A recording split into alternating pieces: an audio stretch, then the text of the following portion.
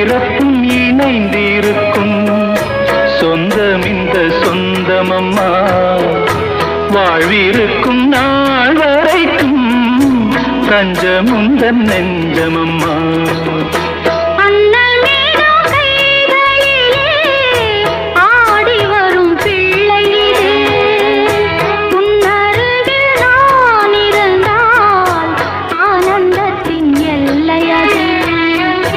காயத்ரி மந்திரத்தை